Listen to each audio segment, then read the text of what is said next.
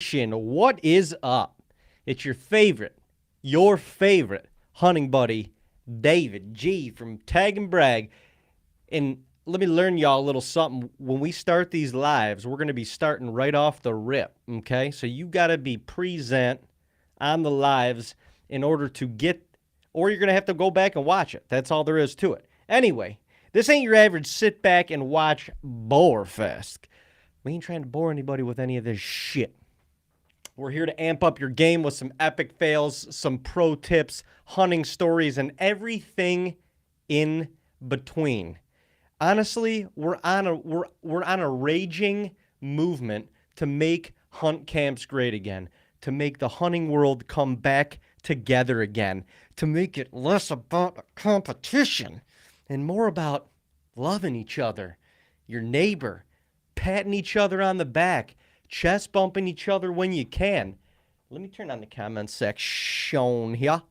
But anyway, tonight, we're going to hit you with some of the fan favorites. How about that? We're going to be going through some hunting headlines. We're going to dive into some of the news into the hunting world. We're going to hit you with trail camera treasures for a glimpse into some wild, untold stories that were only seen and captured via trail camera. We're also going to be talking about Camo Confessionals, my personal favorite section, where you spill your guts about those unforgettable moments and sometimes untold moments in the field. Plus, we're going to be covering much, much more. Guys, this is a new live that we're going to be doing every week on Wednesday. Either myself, Dino, or a combination of the two is going to be holding it down with y'all just to bring you some more hunting content, spirit, hang out, act like we're in hunt camp together, all of the above. But I'm super excited about it because it's a great way for us to connect with y'all, and it's a great way for you guys to connect with us as well. So, without further ado, all right, here we go. Sorry, I'm going to go through and I'm going to answer. We're going to do a little Q&A at the end of this. We got Ryan on here, Kyle, my boys on here, but we're going to run through some of these segments first. And this is, we've got a little baseline script going on here, and we're going to try and run off of that. But you know us, this is relatively unscripted. Parker, how you doing? My buddy Parker from Kansas just jumped on here. Anyway, we're going to cover some hunting headlines. Honestly, it's going to be the latest news, some conservation updates, and just trends in the hunting world spark, just a chance to spark a little conversation here with us. So I was doing some digging today on some hunting news, some recent regulations going on, some bills that are trying to be passed, and just other things, cool fun facts. One cool fun fact that I found, the sportsman's impact across America, and this is actually pretty overwhelming if you ask me. This is from Sportsman's Alliance. Did you know how much sportsmen contribute to the overall economy nationwide? Okay. No, I didn't. Did you? I didn't. Sportsmen were found to contribute $149 billion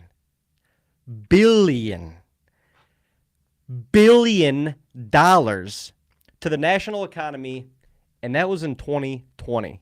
Now, with the inflation rates the way that they're going right now, that has to have skyrocketed through the roof. But $149 billion?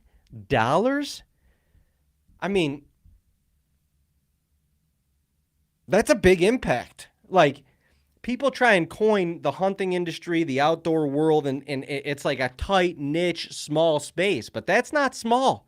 If it was, a small amount of people are spending a shit ton of money, So, $149 billion annually. And it's cool because if you follow Sportsman's Alliance on Instagram, they're going to be going through over the next, it says, we're introducing Impact Fridays when we will feature the economic impact that sportsmen have had in every single state, down to every single congressional district. So they're going to literally go state by state and show us or tell us what each one of our states contributed, or maybe a state that we hunt, Fosh, fucking out-of-state hunters, maybe a state that we go hunt or that we're interested in going to hunt, what that personal state contributes to the national economy. I mean, that's a lot of money. I mean, obviously tags, I'm assuming like fuel, feeds, all different types of products and gadgets and stuff like that, but $149 billion, that's a hell of a lot of coin. I'm going to just do this right now. Let's just give ourselves a round of applause, people. Let's just give ourselves a quick round of applause, because that's a hell of a lot of money. I don't know where the hell that money's going, per se, but that's a lot of money that we all contribute back into this country, this great country of ours. A lot of it goes back to conservation, which in turn helps the wildlife and the ecosystem as a whole thrive. So all you vegetarians out there, you're welcome. You're welcome, because y'all Brian Broccoli ain't spending 149 billies on that shit annually. I guarantee you that. Anyway, that's some cool shit. All right, in other news, this is kind of crazy. Colorado bill number 241270, Colorado, requires firearm owners to maintain a liability insurance policy that covers losses or damages to a person other than the policyholder who is injured on the insured property as a result of any accidental or unintentional discharge of the firearm.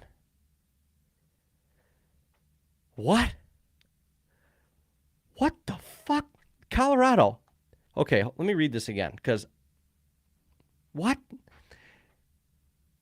Colorado's bill that they're proposing, nonetheless, they're proposing this. This isn't actually in effect. I hope not.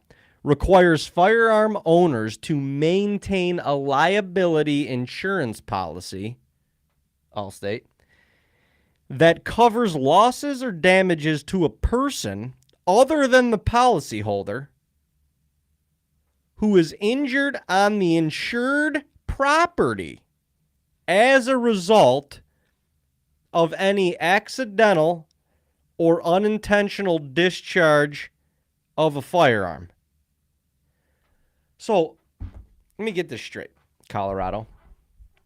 You're saying that if I own a firearm, I've got to buy an insurance policy that covers somebody else in the event of accidental or unintentional discharge of a firearm on my property. That makes a whole hell of a lot of sense. First of all, there's a couple holes in this thing that I see right off the bat. Number one, how or why am I buying an insurance policy that is essentially covering somebody else? Why is that happening? Number two, what the hell do they think firearm owners are doing with their guns? Inadvertently firing them in the air, unintentionally pulling the trigger? Like, this is the thing. And, you know, this goes back to like all the very unfortunate situations with mass shootings and stuff like that around this country. And there is way too much of it. There is way too much of it. But the problem is, the people that are holding the gun, number one, they don't value the life. They don't value any life. They don't value any life. And number two, these people probably somehow illegally obtain the gun or the gun isn't theirs.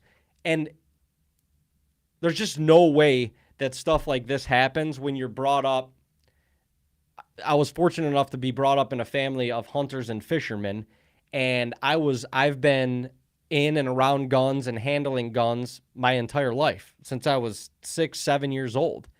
And when you learn the safety of a firearm, when you learn how to treat a firearm, and you learn how to use it safely, appropriately, responsibly, this shit can't happen. Like, this shit doesn't happen, and it can't happen. So, you know, some of the, like, I mean, I know there's accidents happen, whatever, but I don't know. That's just makes very little sense. I don't even know why you would have a policy like that or what value that holds at all. Colorado's doing some funky shit. You know, they got the wolves coming in there. They're just going to unleash a bunch of wolves and, you know, hope that I don't know what they think that's going to do. And then they're going to ban hunting on the wolves. So essentially the wolves can eat everything. And when they get done with the elk and the mule deer and the bighorn sheep, you know what they're going to do? They're going to come eat your ass. They're going to come eat your ass because there's no other food out there. And nobody's controlling the wolf population. And the wolves probably shouldn't be there anyway. So, you know, it's a circle of life. There's people that are proposing this stuff that are clueless about nature and the outdoor world. And that's unfortunate because you would think as legislatures, as people in power that are in power and making decisions about the effect of mankind, at least in America, if they didn't know something, or if they had any inclination or less of an inclination that of how something should be done or how they should carry it out, then why don't you ask somebody that is an expert on this field? Why don't you ask a hunter? Why don't you ask an outdoorsman? Why don't you ask somebody who contributes to this stuff and the ecosystem far more than you do from your desk in God knows where? Anyway, that got a little bit off topic. I'm sorry about that, people. All right. This last one, let's see here. And this is in Rhode Island. This is a vaguely written bill, but it prohibits hunting where man-made structures and or natural barriers limit an animal's free range of movement.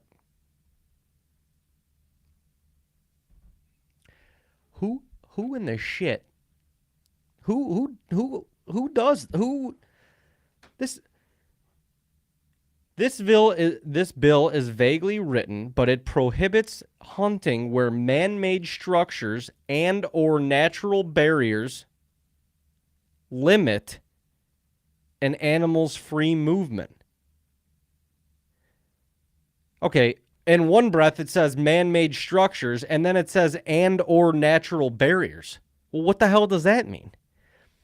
This bill is vaguely written. No, this bill doesn't make a lick of fucking sense. That's what this bill, and this is a hunt, this is today.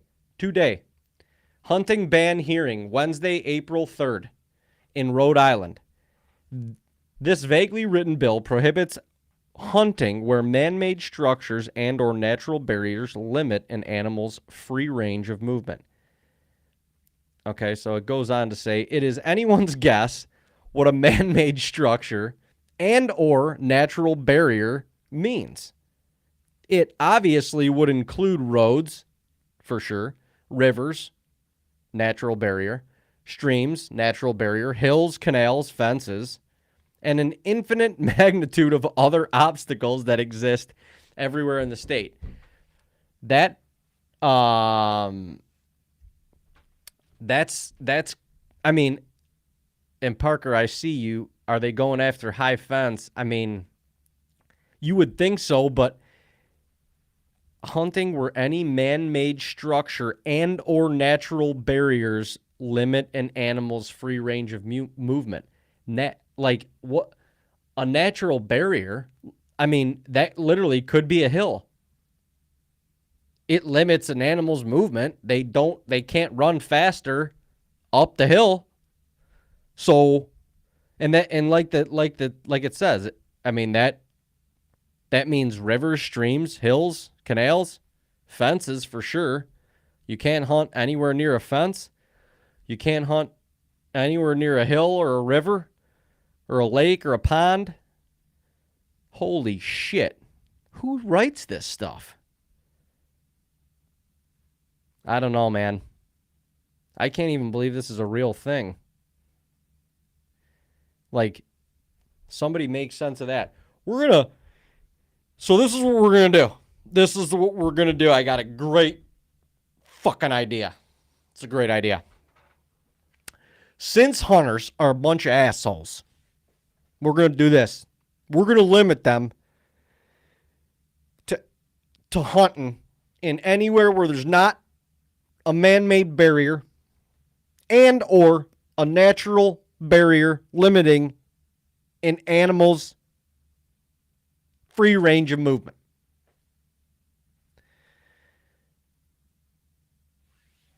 What do you think about that, George?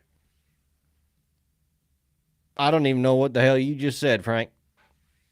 Well, George, it's pretty simple. We're going to limit hunting, and we're going to put this dumbass jargon in there, and it's pretty much going to eliminate everywhere that you have ever tried to hunt for your entire life.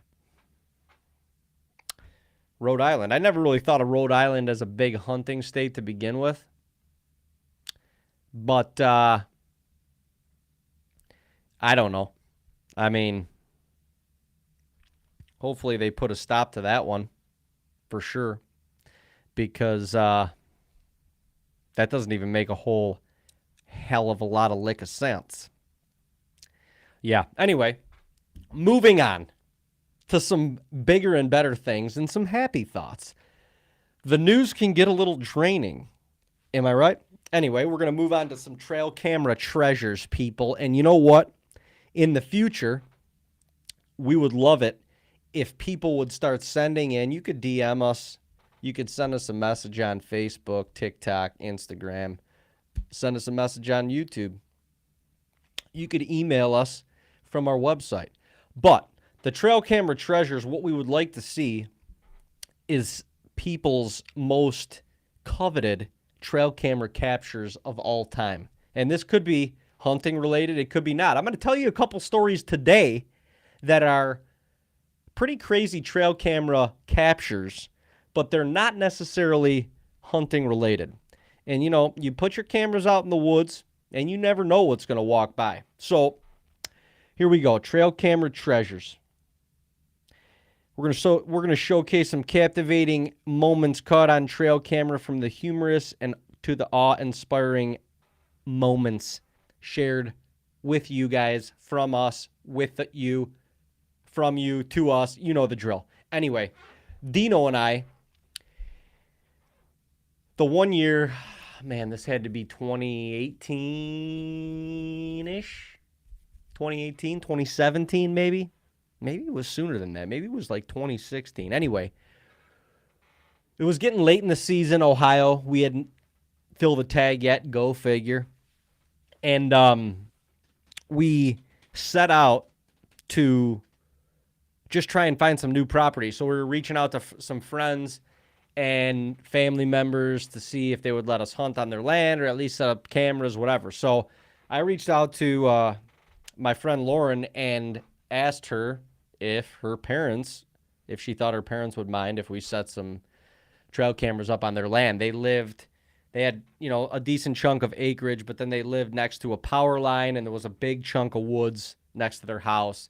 And Dean and I thought, hell, I mean, it's as good a shot as any. We ain't got shit running around our trail cameras right now. So they said, yeah. We went out, hung a couple trail cameras, and literally within like a week and a half, we had this giant deer show up on camera.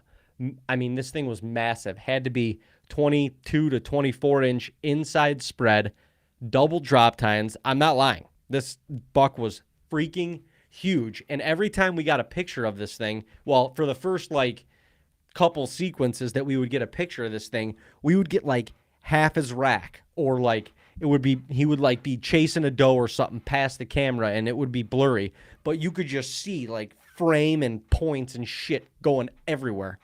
So we're like, we got to set up more cameras in here. So we did.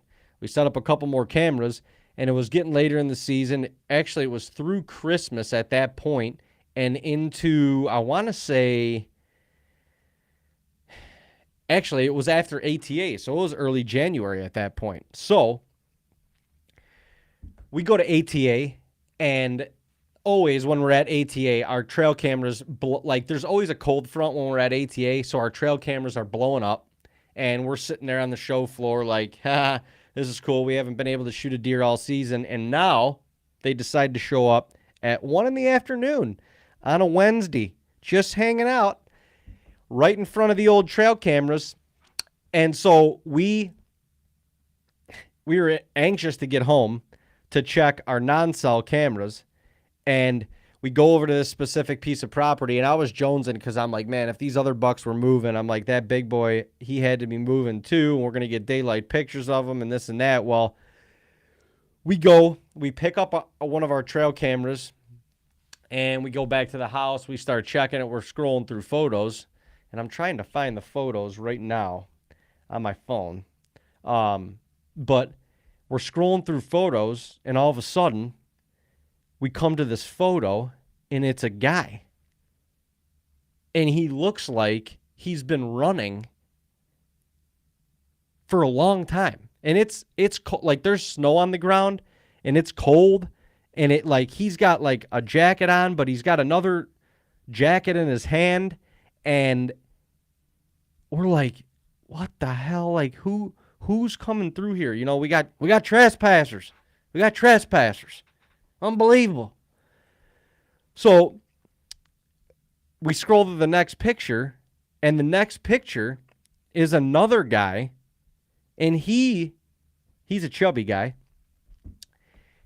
and he literally looks like he's been running aimlessly through the woods, and like his face is beet red. The other guy actually dropped his jacket right in front of our trail camera, and so his jacket was sitting right there, and he walks right past his jacket like it was nothing. And, oh, okay, I got these photos. Okay, so I don't know if you guys are going to be able to see this, but here's guy number one. Maybe the first guy was the chubber. He's actually peeling his jacket off as he's walking up to the camera.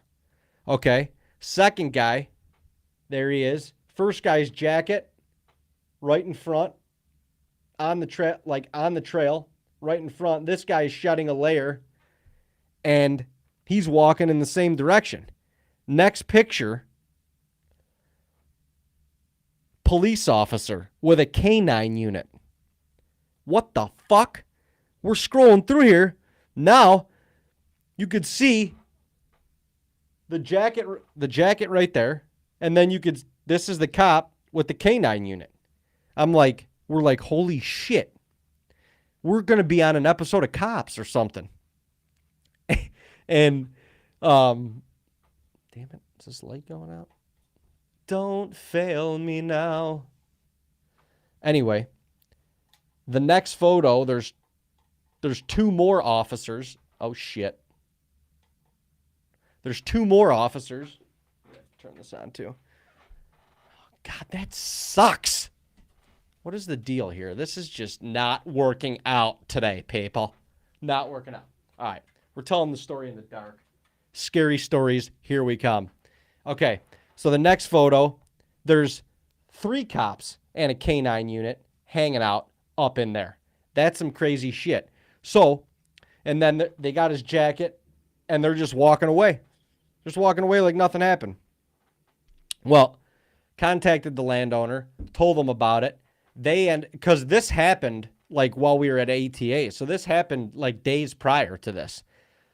So we contact the landowner, they're like, yeah, we actually had the police come up to our house and knock on our door and tell us that they were looking for somebody who had broke into a house, I don't know, on the next like couple streets over.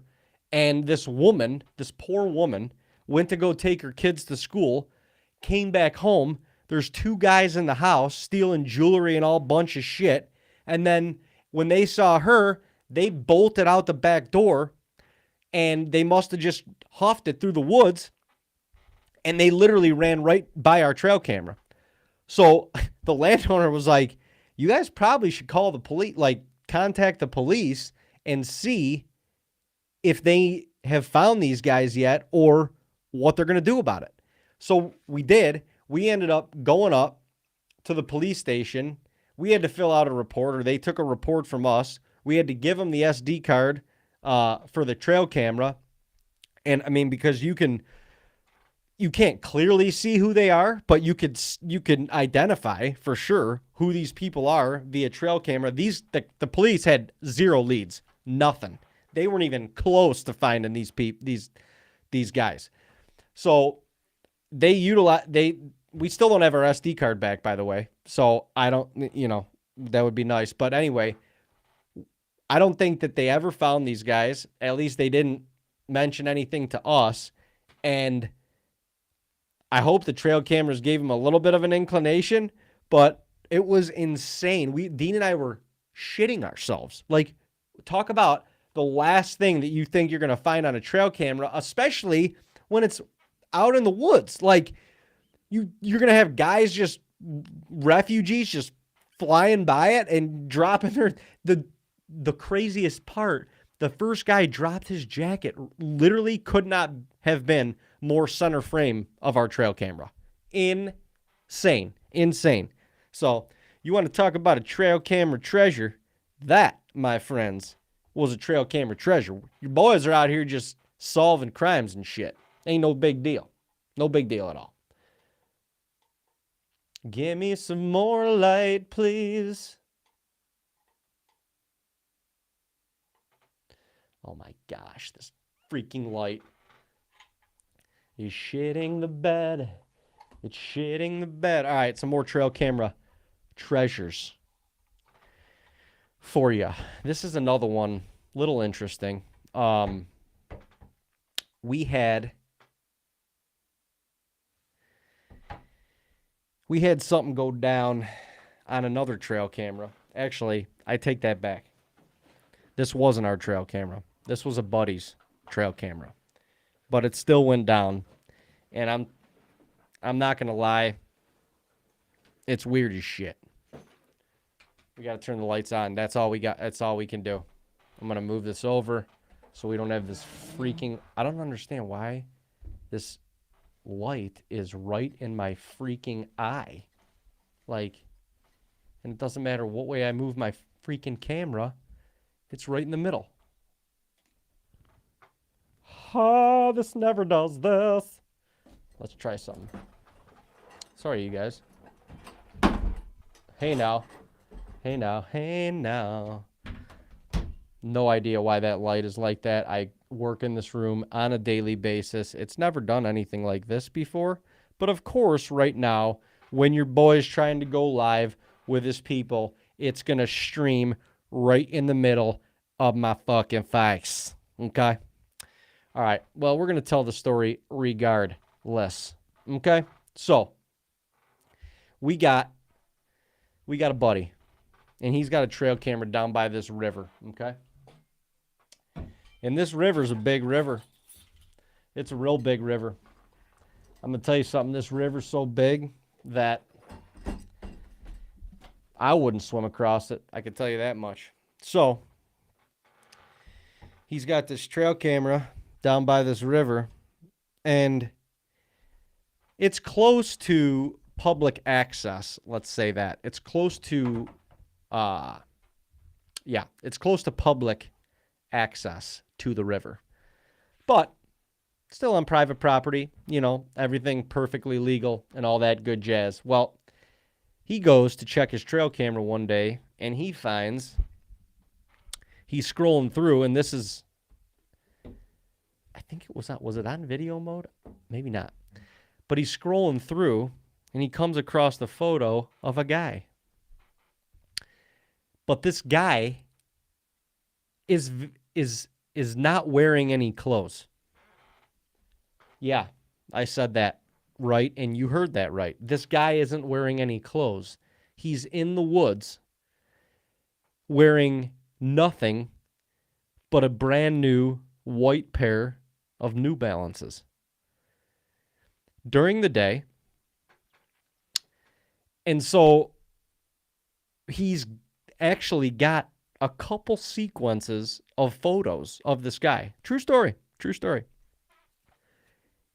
Come to find out, this guy works at and is a part of one of the local businesses in our small community. And he realizes that when he goes in there to this local business the one day to, let's just say, get a snack. And he sees the guy working that he saw on his trail camera in the nude. And so let's backtrack a little bit. He turned these photos in to the police because,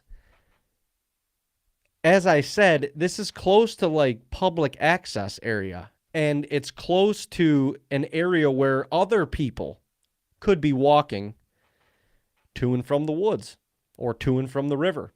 And I don't know about you, but when I'm walking through the woods, I'm not really looking to run into any naked guys in some fresh white New Balances.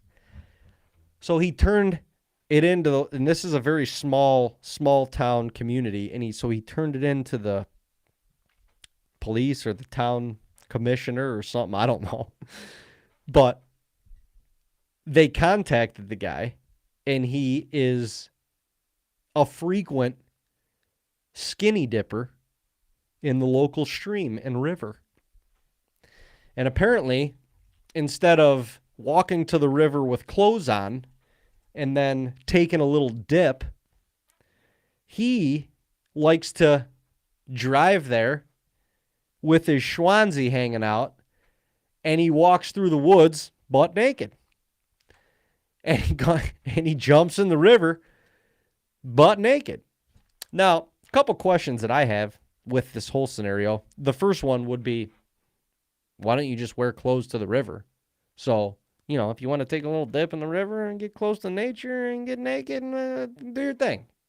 But, you're walking through the woods and you're naked. And I know as a non-hunter, you probably don't fully understand this, but there's people monitoring the woods when they're not there. My second question would be, why do you have shoes on?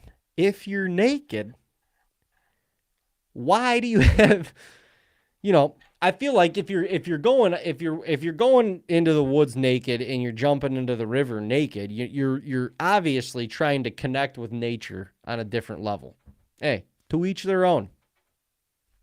I'm not going to judge you. But why, I feel like somebody like that, a person like that, would be more inclined to just do it barefoot and be fully naked, not, wearing a fresh pair of New Balances. I don't know if he was worried about stepping on a clam or something in the river, or getting his toe bit on by a crawfish or something. But pretty weird, pretty interesting. You just never know what you're going to find on trail camera, especially when you're close to other people's properties and public land and river access, apparently. Kind of crazy. But anyway, we would love you guys to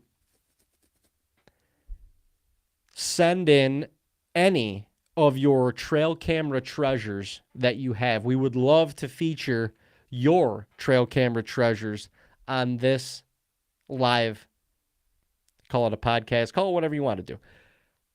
We want to feature your trail camera treasures on this live. So follow us on Instagram, subscribe to our YouTube channel, all that good jazz. Make sure you're following us on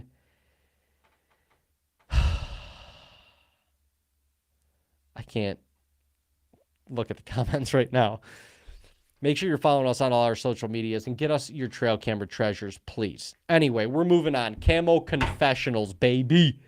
Camo Confessionals. This, my friends, this is going to be my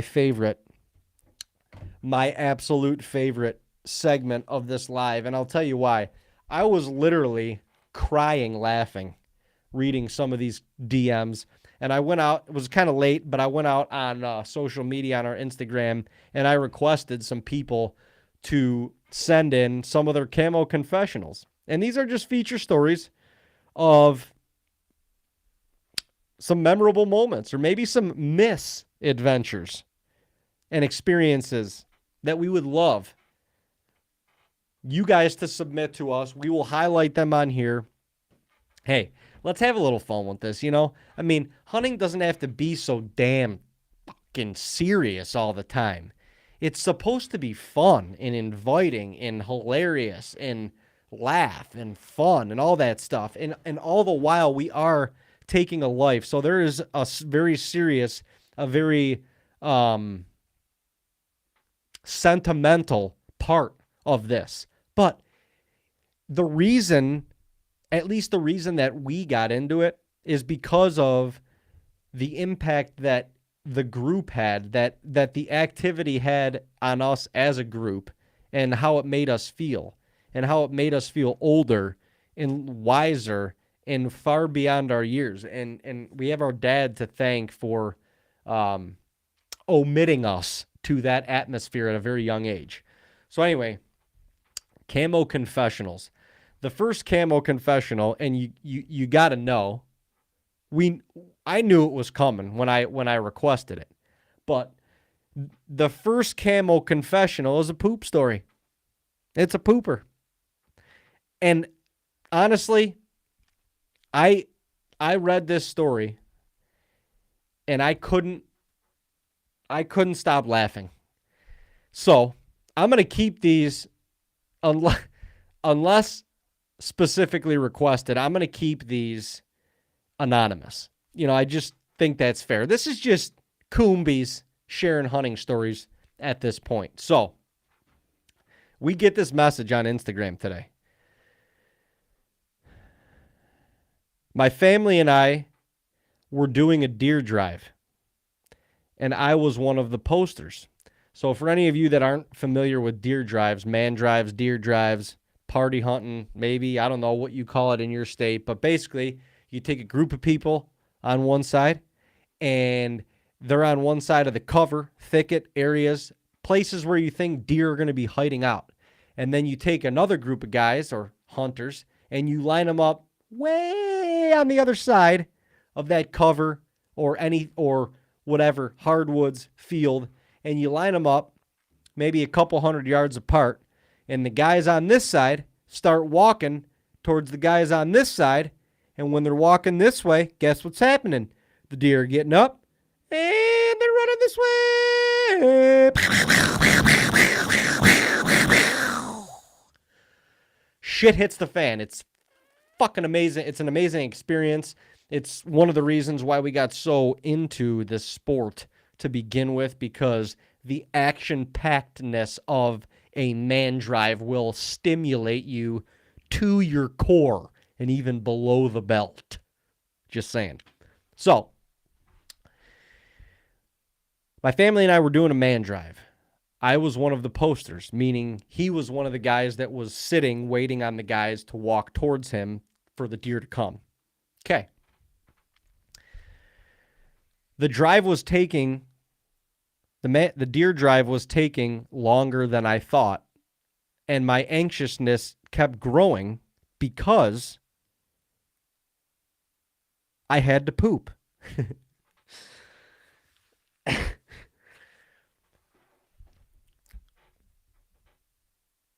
I was waiting and waiting to hear someone or see a deer, and nothing was happening. So finally, I had to give in to my belly.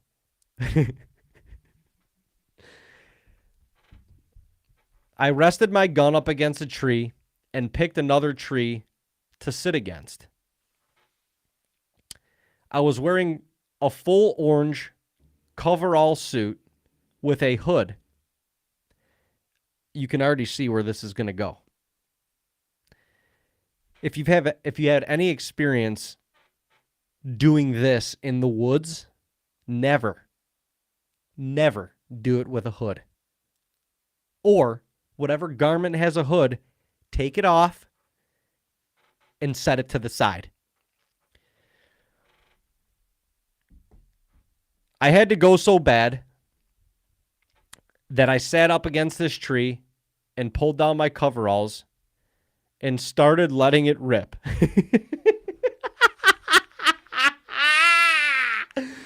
Letting it rip is hilarious.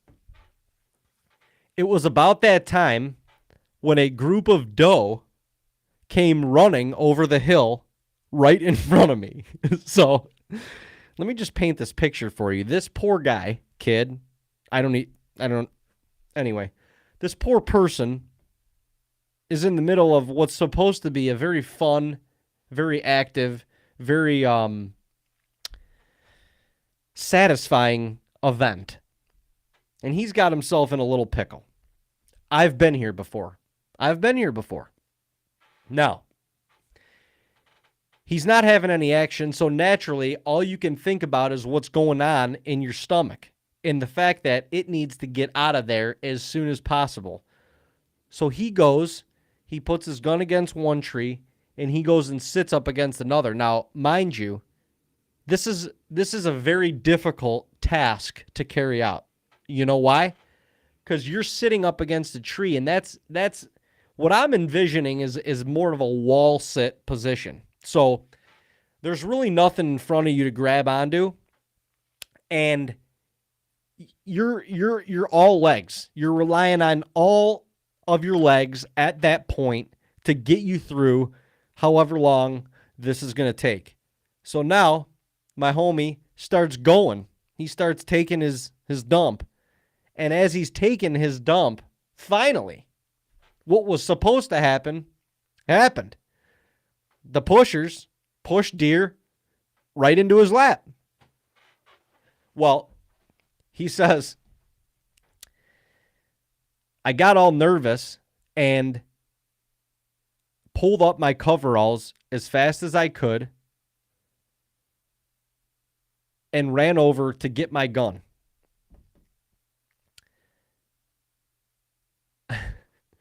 We were on a if it's brown, it's down mission, so we were shooting does and bucks.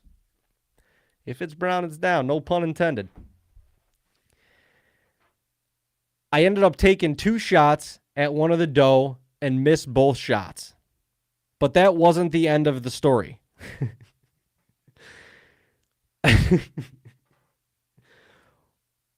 When I got back to camp, everybody kept sniffing around me as if they could smell something. I didn't know what it was until I took off my coveralls and realized that some or all of my poop ended up landing in my hood.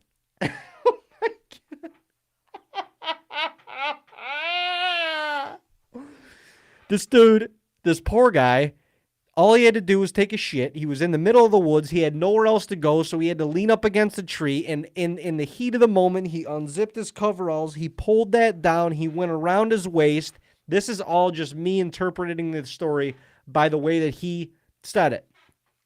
He took a shit, and as he was taking a shit, deer came running over the hill at him in the fear of his comrades saying, well, why didn't you shoot? He quickly zipped back up his coveralls, not looking, not noticing, put it back on. Thank God he didn't put his hood up like this. Thank God he didn't put his hood up. And took 2 shots at the deer. They finished the drive. They got all the way back to their deer camp. And let this be a testament to you can't smell your own brand, or at least your own brand doesn't smell like it does to your neighbor. So his buddies started saying they could smell something, and he took his coveralls off and he shit in his hood. He shit in his freaking hood. Like, how? That is the most insane shit, no pun intended, that I've ever heard in my life. And I don't know if this story's made up. I mean, hey, you know what? I'm a trustworthy guy.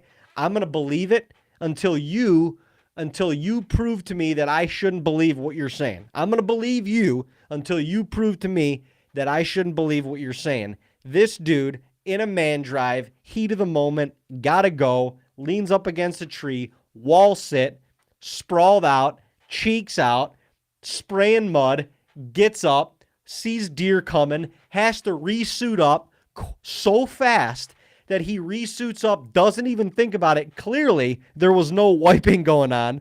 Clearly, there was no wiping going on. In the heat of the moment, wanted that cutlet so bad that he went, got his gun, cracked a couple shots off, came up empty, and the poor dude brought the brown back to camp with him.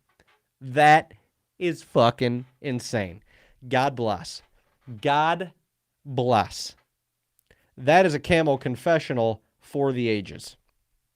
And I mean, I've got so much to say about this, but thank you. Thank you for sharing that. You know, there's a lot of people out there that would not, absolutely not, be willing to share something like that. But your willingness makes me very, very happy. So I thank you very much for sharing that. Now, this next one will get you guys going as well. I mean, talk about coming out with a bang for the first Camo Confessional ever. Okay. Here we are.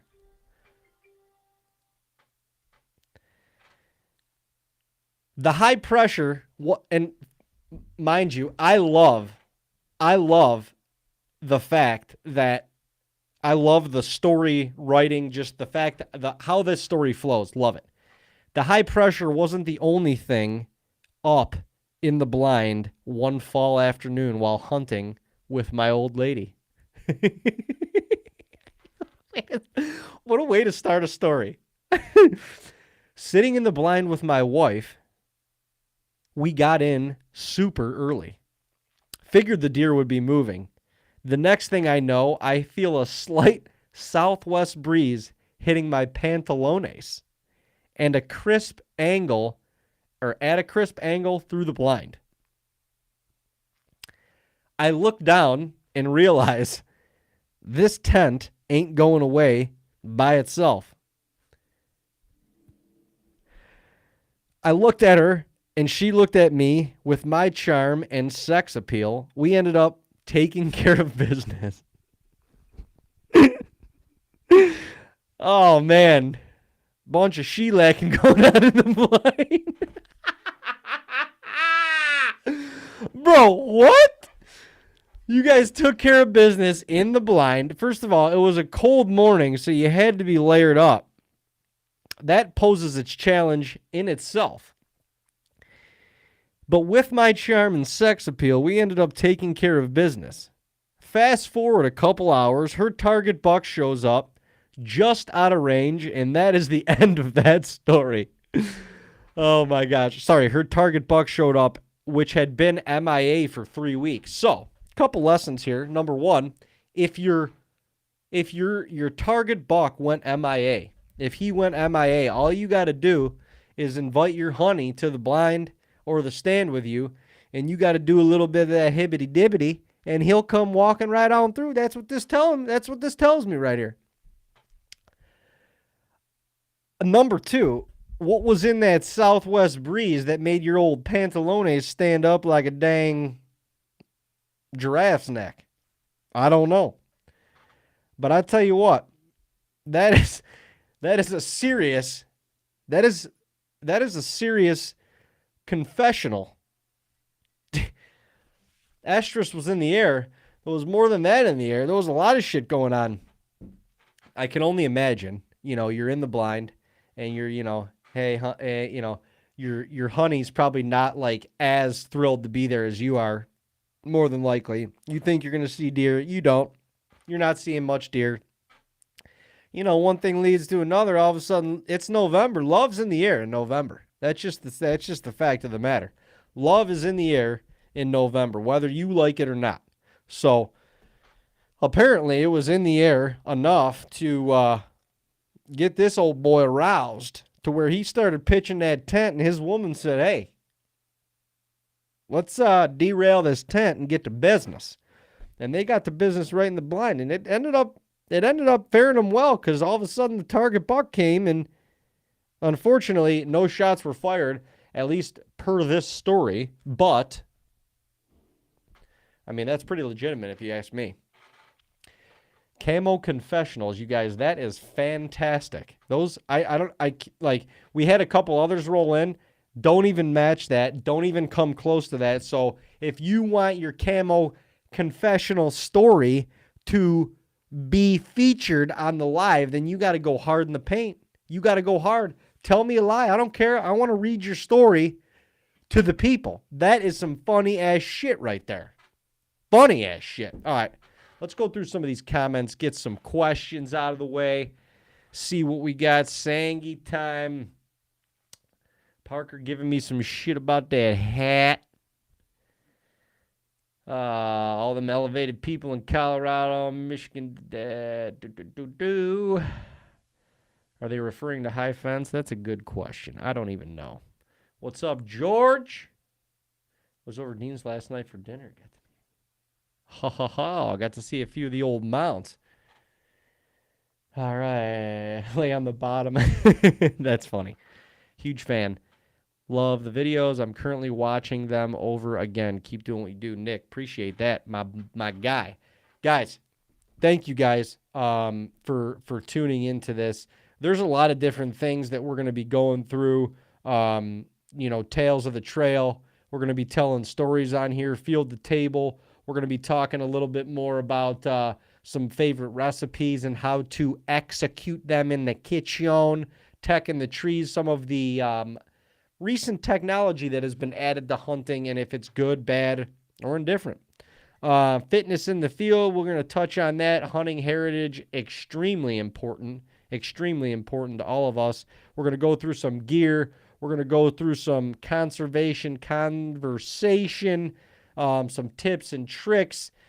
We're going to add a little bit of comedy to this, and it's just going to be a fun time. So, y'all, we appreciate you hanging out with us today. That is a wrap. Tag and Brag Nation, thank you. I know there's never a time when there's not going to be technical difficulties.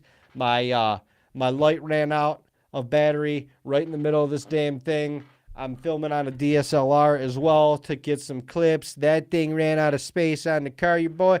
Maybe it's a lack of being prepared. I don't know. I don't know, but we're here. We're here and we're having fun. This is about bringing hunt camps back together and making them great again. So we appreciate y'all hanging out, and thank you for joining us on this wild journey tonight. There's some things that, during these lives it's going to be like, during the live, if you experience something, what happens in this live stays in this live. And that's just how it's going to be, because things are going to get a little different. But remember, the stories that we share are just the beginning. The great outdoors is a never-ending adventure waiting for you. I can't wait to see you on here next time. I promise we're going to get Dino on here next time. We're going to have some more hunting headlines, some trail camera treasures, and of course, my favorite segment, Camo Confessionals. So submit.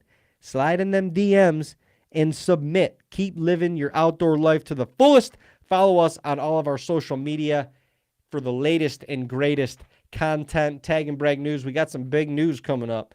We got some new partners that we're going to be announcing and working with that we are going to be telling you about that we're excited about. The thing about partnering with people in the hunting industry, it's necessary, first of all, to in order to provide for yourself.